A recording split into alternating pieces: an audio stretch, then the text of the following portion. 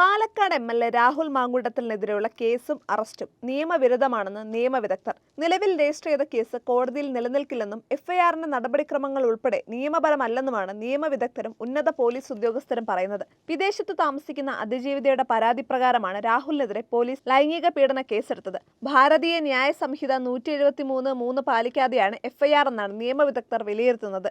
Email വഴി ലഭിക്കുന്ന ലൈംഗിക പീഡന പരാതിയിൽ 3 ദിവസത്തിനകം പരാതിക്കാരിയെ സ്റ്റേഷനിൽ വിളിച്ചു വരുത്തി മൊഴി വാങ്ങിയ ശേഷം മാത്രമേ എഫ്ഐആർ രജിസ്റ്റർ ചെയ്യാവൂ എന്നാണ് നിയമം. എന്നാൽ രാഹുലിനെതിരെ രജിസ്റ്റർ ചെയ്ത എഫ്ഐആറിൽ ചട്ടം പാലിച്ചിട്ടില്ല.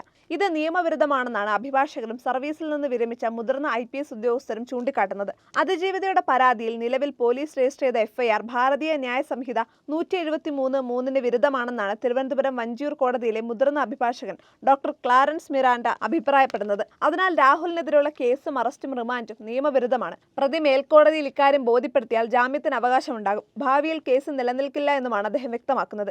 ഇരയുടെ മൊഴി പോലീസിന് പുറമെ വനിതാ ജഡ്ജി രേഖപ്പെടുത്തേണ്ടതുണ്ട്. ഇതിനെല്ലാം നിശ്ചിത സമയം അനിവാര്യമാണ്. അന്വേഷണ ഉദ്യോഗസ്ഥന്റെ രേഖാമൂലമുള്ള അപേക്ഷ പരിഗണിച്ചാണ് ജഡ്ജി സാധാരണയായി ഇരയുടെ രഹസ്യമൊഴി എടുക്കുന്നത്. കൂടാതെ അതിജീവിതയുടെ വൈദ്യപരിശോധനയും നടത്തേണ്ടതുണ്ടെന്നാണ് മുതിർന്ന പോലീസ് ഉദ്യോഗസ്ഥർ വ്യക്തമാക്കുന്നത്.